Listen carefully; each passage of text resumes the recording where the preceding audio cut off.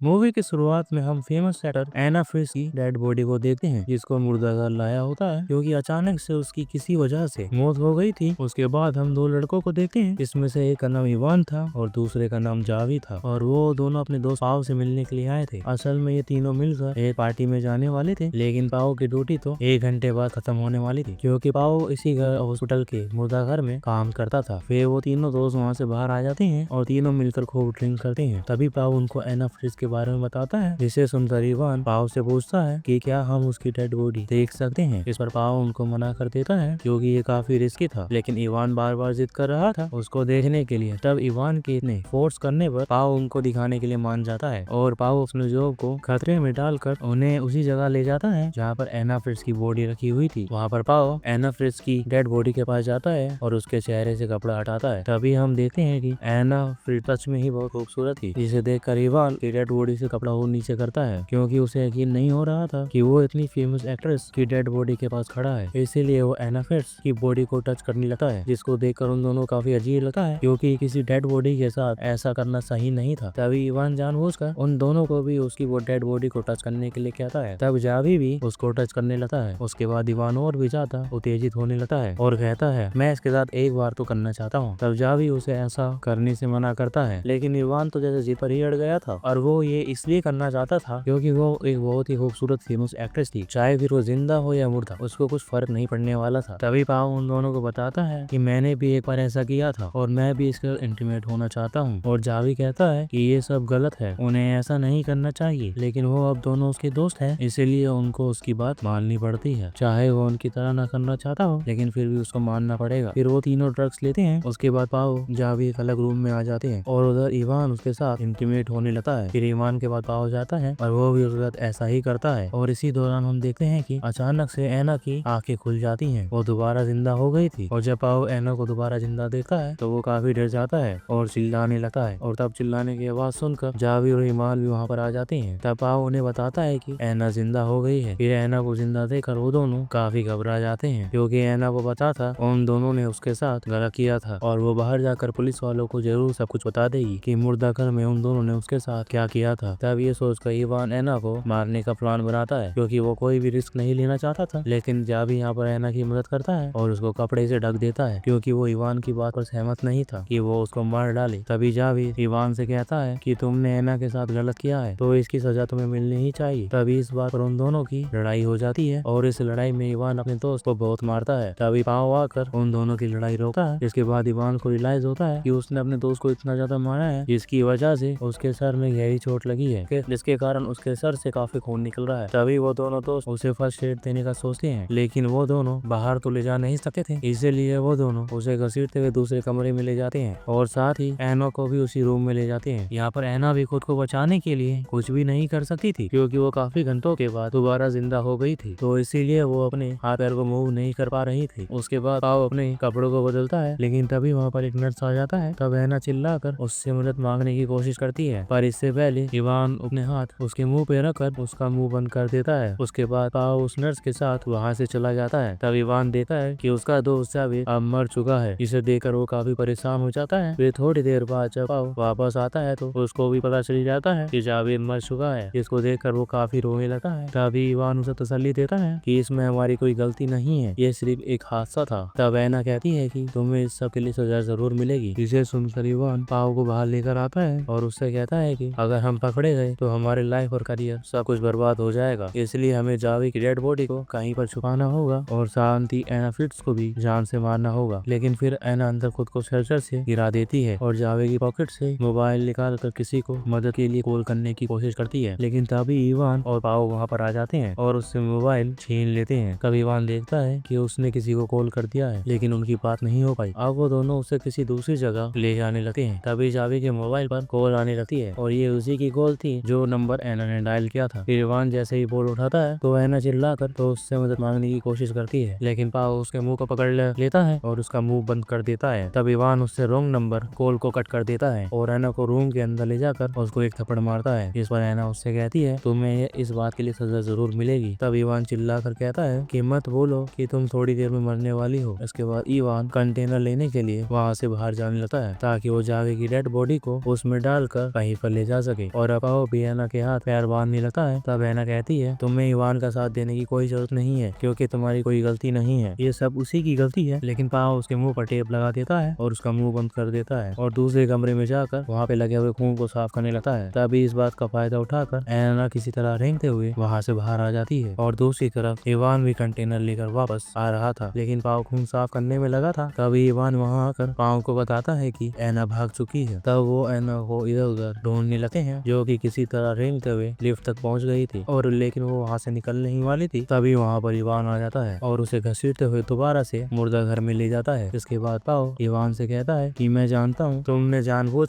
मारा है, लेकिन इवान कहता है कि नहीं, मैंने जानबूझकर उसको नहीं मारा है, वो तो सिर्फ एक हादसा था। और साथ ही वो कहता है कि तुम्हें ऐना की बातों में नहीं आना चाहिए। उसके बाद दोनों प्लान बनाते हैं कि ऐना को किस तरीके से मारा जाए जिससे कि कोई भी सबूत ना रहे। तब इवान कहता है हमें इसकी सांसें रोककर उसको मारना चाहिए। इसके लिए पाओ इवान को एक कपड़ा ला कर देता है। तब इवान कहता है मैं नहीं बल्कि तुम ऐना को मारोगे, लेकिन पाओ ऐना को मारना नहीं चाहता था और वो ऐसा करने से मना कर देता है। पर इवान जबरदस्ती पाओ का हाथ पकड़कर ऐना को मुंह पर कपड़ा रख देता है। तब ऐना की सांस बंद होने की वजह से उसकी दोबारा मौत हो जाती है। उसके बाद वो दोनों ऐना की बॉडी स्ट्रेचर पर रखते हैं और जावे की बॉडी को कंटेनर में डालकर फिर इवान उस कंटेनर को लेकर वहाँ से बाहर जाता है और बाहर जाकर जावे की बॉडी को एक जगह पर फेंककर वापस आने लगता है। और उधर पाओ भी ऐना की बॉडी को अच्छी तरीके से साफ करके वहीं रख देता है। इसके बाद बस वो वहाँ से जाने ही वाला था, लेकिन जाने से पहले वो ऐना के मुंह से कपड़ा हटाता है। तब वो देखता है कि ऐना अभी भी जिंदा है और वो सिर्फ बनने का नाटक कर रही थी। तभी पाओ ऐना से कहता है तुम बिल्कुल चुप है ना। इसके बाद इवान भी मुर्दा घर में वापस आ चुका था और फिर वो दोनों वहाँ से जाने लगते हैं। तब इवान जाने से पहले अपना वॉलेट चेक करता है, लेकिन उसमें उसका आईडी कार्ड नहीं था। तब इवान अपना आईडी कार्ड लेने के लिए वापस मुर्दा घर में जाने लगता है और यहाँ पर पाओ उसको रोकने की काफी कोशिश करता है, लेकिन वो नहीं रुकता और मुर्दा घर के अंदर आ जाता है। तब वो भी देख लेता है कि ऐना अभी भी जिंदा है। तो ऐना को जिंदा देखकर इवान पाओ पर काफी गुस्सा होता है और वो उसका गला घोट कर लेकिन तभी ऐना एक कैंची लेकर गले में डाल देती है जिससे उसका गला कट जाता है और उसकी वहीं पर ही तड़पते हुए मौत हो जाती है। तब ये देख कर पाओ ऐना को कहता है ये तुमने क्या किया। तभी ऐना पाओ को भी स्टैब करके उसको भी जान से मार देती है और इसी के साथ ये मूवी यहीं खत्म होती है। जिसको पसंद आई वीडियो को लाइक, चैनल को सब्सक्राइब जरूर करना। Thank you for watching.